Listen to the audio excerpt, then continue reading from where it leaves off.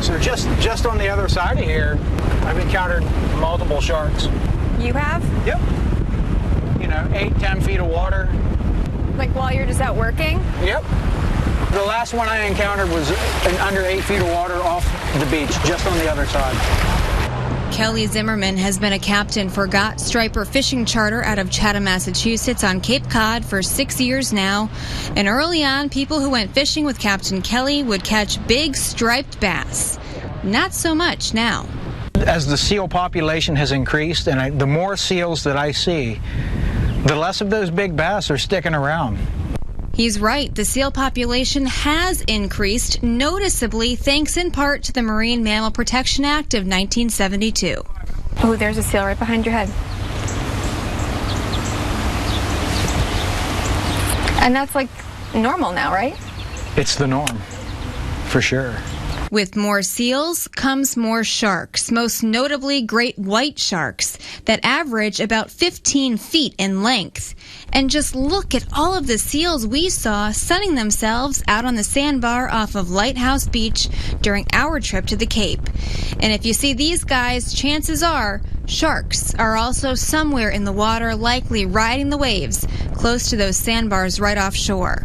Marianne Walsh, Education Director at the Atlantic White Shark Conservancy and Center in Chatham, says, "We're seeing a successful conservation story and signs of a very healthy ecosystem from the bottom to the top."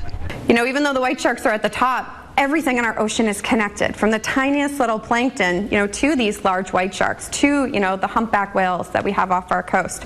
They all play in together into that ecosystem and into the health of the ecosystem. But for beachgoers, that could mean more danger in the water. And that's probably because white sharks like this, they're truly top predators. The Atlantic White Shark Conservancy specifically studies the Northwest Atlantic population of sharks. While they're rarely seen in the waters of Connecticut, sightings in Massachusetts are way more frequent. The group is working on public safety and education to keep us well informed on the great whites and where they are. Using spotter planes and a research boat, they've tagged around 250 white sharks and now track their movement up and down the East Coast. How do you even go about trying to tag a white shark? Like, how does that even work? So you have to find the shark. The shark has to be in the right area of the water column, and then they're going to use a tagging pole to deploy that tag, and it gets stuck into the muscle of the shark right next to the dorsal fin. They just launched a really cool new type of tag. It's called a CATS tag. That's the orange thing you see right here on your screen. It records video for up to 48 hours from the point of view of the shark. Scientists are hoping to learn more about sharks' behavior this way. Just last year, there were 117 shark sightings in Cape Cod waters.